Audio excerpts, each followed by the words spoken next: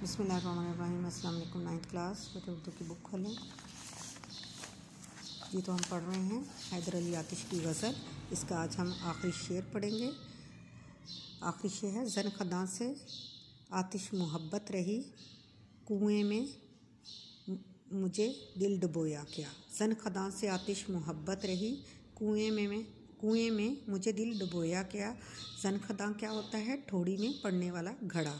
से आतिश मोहब्बत रही, उससे मुझे मोहब्बत रही। आतिश ये शेर आखिरी शेर है गज़ल का, जिसमें शायर ने अपना तखल्लुस इस्तेमाल किया। और इस शेर को हम क्या कहेंगे? मक्ता। ठीक है। ठोड़ी का घड़ा डुबोया क्या, डूबता रहा। आतिश को महबूब की ठोड़ी पर पड़ने वाले घड़े से प्यार है और इस कुएं में मुसलसल डूबा रहा। इस शेर में ख्वाजा हैदर अली आतिश पिछले अशार की तरह ही महबूब के ज़ाहरी नकूश की तारीफ़ करते हुए कहते हैं कि उनका हर अंदाज़ दिल को बेकरार और बेकाबू बनाकर रख देता है।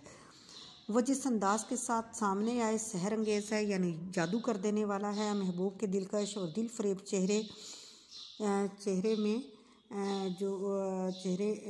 चेहरे की जो खदोखाल है, उसमें उसकी जो ठोड़ी है, जब वो हंसता है, उसके तबस्सुम, उसके हंसने से हंसते वक्त ठोड़ी पर जो घड़ा बन जाता है, मैं उसकी चाह में गोता ज़न रहता हूँ, यानी मैं डूबा रहता हूँ और मेरा दिल गोया महबूब की ठोड़ी में अटक कर रह गया है। बकौल एक और शायर अंजुम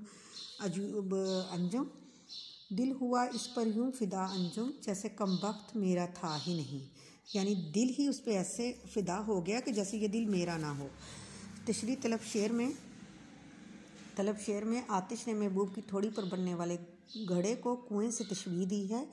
जिस तरह अगर कोई कुएं में गिर जाए तो निकालना मुश्किल होता है, इसी तरह महबूब की ठोड़ी पर बनने वाला घड़ा भी मेरे दिल के लिए कुआं साबित हो गया है। जब मैं अपने सीने को टटोलता हूँ तो यूँ महसूस होता है जैसे मैं अपने दिल से हाथ धो बैठा हूँ और मेरा दिल महबूब की ठोड़ी के कुएं में गिर गया है, जहाँ से निकलने के लिए हरगिज़ रज़ामंद नहीं, वो उसी में खो गया है। हमको ताल्लुकाते ज़माना से क्या गर्ज था, एक दिल गरीब सो वो उसके पास है। शायद जैसे शायर ने कहा कि हमको ताल्लुकाते ज़माना, हमें किसी चीज़ की कोई गर्ज नहीं है, कि मेरा दिल ही जो एक मेरे पास था गरीब के पास, वो भी उसने ले लिया, यानी महबूब ने ले लिया। ठीक है बेटे, आज हमारी ये गज़ल मुकम्मल हुई और आपने अब इसको अच्छे से याद करना है और इंशाल्लाह अगले दिन हम इसकी एक्सरसाइज करेंगे। ओके जी, अल्लाह हाफ़िज़।